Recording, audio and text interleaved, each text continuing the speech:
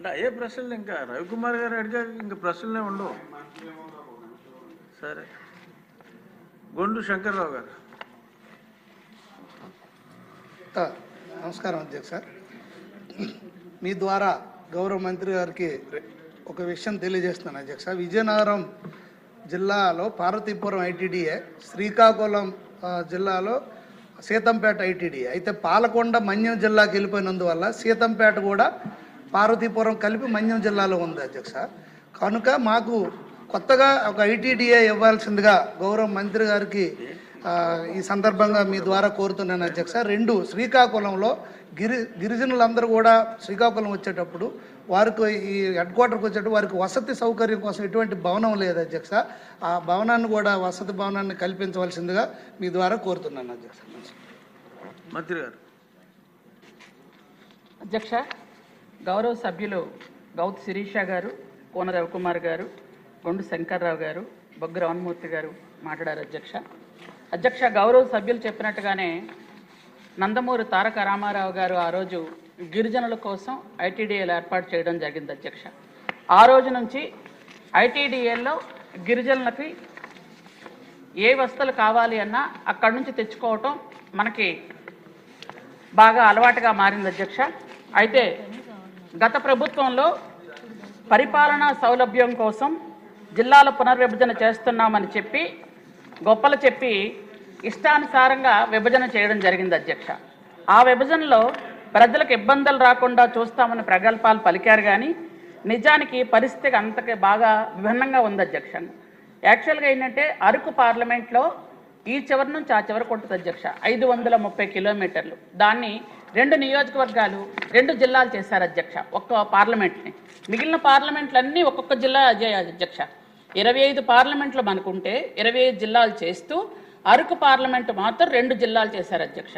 అవి కూడా యాక్చువల్గా చెప్పాలంటే పార్వతీపురం మన్యం జిల్లా చిన్నదైనా కానీ అక్కడ అల్లూరు సీతారామరాజు జిల్లా మాత్రం మళ్ళీ చాలా పొడవు అధ్యక్ష, 350 కిలోమీటర్ల దూరం అధ్యక్ష జిల్లా హెడ్ క్వార్టర్స్కి రావాలి అంటే. అలాంటి పరిస్థితులు తీసుకొచ్చారు అధ్యక్ష. అయితే ఈ పునర్విభజనలో భాగంగా శ్రీకాకుళం జిల్లాలో పాలకొండ నియోజకవర్గం పార్వతీపురం మన్యం జిల్లాకు వచ్చినప్పటికి కూడా పాలకొండ నియోజకవర్గంలో ఉన్న సీతంపేట ఐటీడీఏలో పార్వతీపురం అక్కడ సీతంపేట ఐటీడీఏలో ఉన్నటువంటి 4 మండలాలు మాత్రం పార్వతీపురం మన్యం జిల్లాకు వచ్చాయి అధ్యక్ష. అంటే పాలకొండ మాత్రమే వచ్చింది కాబట్టి 4 వచ్చాయి.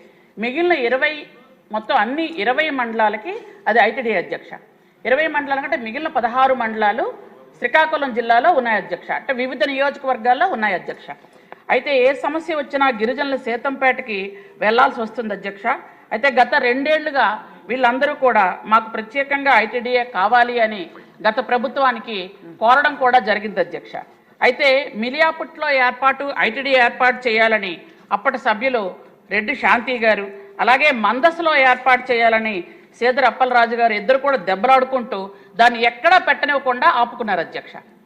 అయితే చివరికి అది ఎక్కడ ఏర్పాటు చేయలేదు, అలాగే గిరిజనులకు అన్యాయం చేసుకుంటూ వచ్చారు అధ్యక్ష.